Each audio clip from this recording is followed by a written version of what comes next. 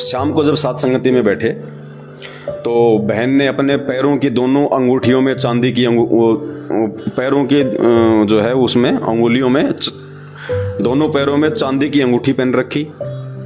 एक पैर में बहन जी ने जो है वो पाजेव पहन रखा, पायल, और नाक में बहन ने जो है सोने का वो डाल रखा।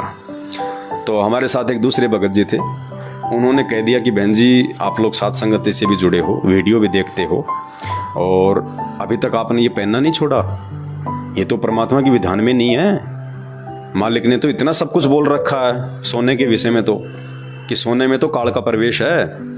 जब द्वापर युग में जब काल आया इस पृथ्वी पे, इस कलयुग में, तो राजा जो है परीक्षित से उनका आमना सामना हुआ था। तो राजा परीक्षित से उसने वरदान मांग रखा है 3-4 चीजों में निवास करने का। कहाँ पे? जहाँ पे मांस मदिरा का यूज होता है, जहाँ पे शराब का यूज होता है, जहाँ पे वेश्यावृत्ति होती है, जहाँ पे जुआ खेला जाता है, और जहाँ पे सोना होता है। और इसीलिए परमात्मा ने एक वाणी भी बना रखी है कि मांस बखे और मद पीवे और धन वैश्या से खाए, जुआ खेले चोरी करे वो अंत समूड़ा जाए। तो इन स्थानों पे काल का निवास है। इसीलिए सतगुरु रामपाल जी भगवान अपने भक्तों को किसी भी आडंबर से मना करते हैं, ना चांदी पहननी, ना सोना पहनना, ना ये नकली आभूषण पहनने। हमने परमात्मा प्रसन्न करना है। जो रियल आभूषण है एक भगत के लिए, जिससे उसकी सुंदरता बढ़ेगी, परमात्मा उसको जो है वो प्रसन्न करेगा। कौन से आभूषण? शील, संतोष, विवेक, दया, अक्षमा, ये 5 आभूषण हैं जो परमात्मा ने हमें दिए हैं धारण करने के लिए। और जब तक हम ये नकली आभूषण पहनना नहीं छोड़ेंगे सोने चांदी के, तो परमात्मा वाले तो कहाँ पहनेंगे? पहले तो ये हमारे को उतारने पड़ेंगे ज्ञान से, फिर परमात्मा वाले आभूषण धारण करने पड़ेंगे। अरे मेमोरी कार्ड आपके पास 5 GB का है, और 5 GB के मेमोरी कार्ड में रागनी भरी हैं, फिल्मी गाने भरे हैं, तो जब तक उनको डिलीट नहीं करोगे तो सत्संग कहाँ से आएंगे?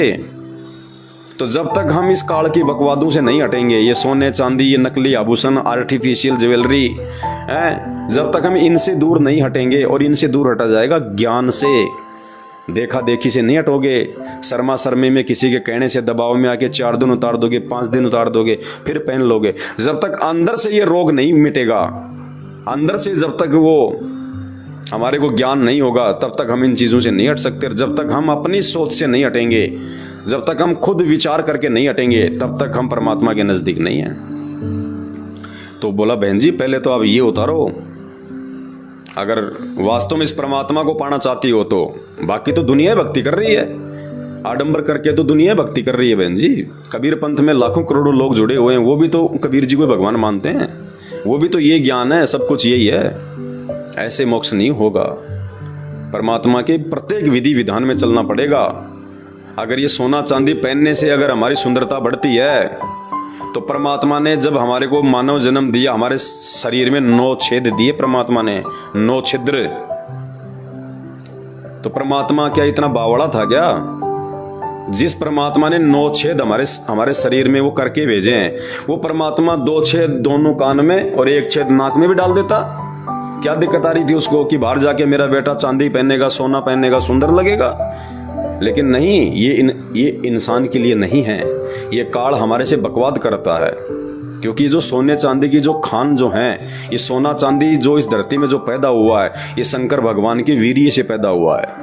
जब शंकर भगवान ने काम वासना में आके जब मोहिनी के जब उसको पीछे से उसको पकड़ लिया, उसको बांध भर ली, और जब शंकर भगवान का काम वासना से वशीभूत हो गए, जब उनका वीर्य संकलित हो गया, उस समय जहां जहां उनका वीर्य गिरा इस पृथ्वी पे, वहां वहां सोने चांदी की ये खान बन गई।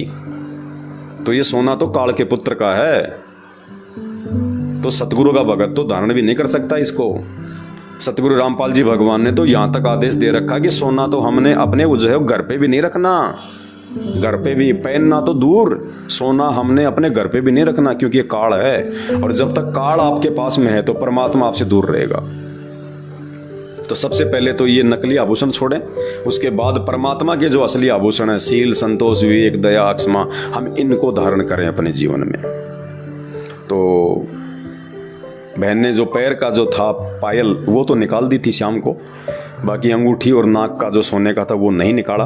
तो दबाव देखो किसी पे हम नहीं दे सकते, हालांकि हम उन्हीं के घर पे बैठे हुए अभी, अभी हम लोग आगे की यात्रा पे निकलेंगे, पंजाब की तरफ जा रहे हैं परमात्मा के आशीर्वाद से, साथ संगति में। भले ही गाड़ी नहीं अपने पास में, कोई बड़ी बात नहीं है, लेकिन ये परीक्षा है। परमात्मा ये देखता है कि ये सेवा और भक्ति छोड़ते हैं कि नहीं छोड़ते हैं, इनमें थोड़ा बहुत आलस्य आता है कि नहीं आता है। गाड़ी परमात्मा लाख दे दे, सतलोक आश्रम मैनेजमेंट हरियाणा यदि हमारी एक गाड़ी चोरी करके ले गया तो कोई बड़ी बात नहीं है। परमात्मा तो लाखों गाड़ियां दे देगा आने वाले समय में। ये सारी सेवाएं परमात्मा अपने सत्सेवक बच्चों के हाथ में सौंपने वाला है, क्योंकि आज सेवादारों की छटनी हो रही है, भक्तों की छटनी हो रही है। वो बच्चा नहीं है जो जेल में बैठा है 8 साल से, सारी सृष्टि का रचनहार, जिसके चुटकी बजाते ही 21 ब्रह्मांड सतलोक से विमान की तरह चल पड़े थे। उसको कौन ऐसा बलवान शक्तिशाली है जो जेल में कैद करके रख लेगा? ये मर्जी का मालिक है, मर्जी का मालिक है। ये भक्तों का झाड़ा ले रहा है, परीक्षा ले रहा है कि मेरा कौन है, मेरे से जुड़ के मेरे को अपना गुरु बना के मेरे प्रति कौन कितना समर्पित है, कौन आज मेरी गैर हाजिरी में माया का गुलाम है और कौन मेरा गुलाम है। कौन वो काम करेगा जो काम 27 साल से मैं कर रहा था, अज्ञान और पाखंड को जड़ से मिटाने के लिए, लोगों की गालियां खा के, लोगों की मार खा के, लोगों के ताने सह के।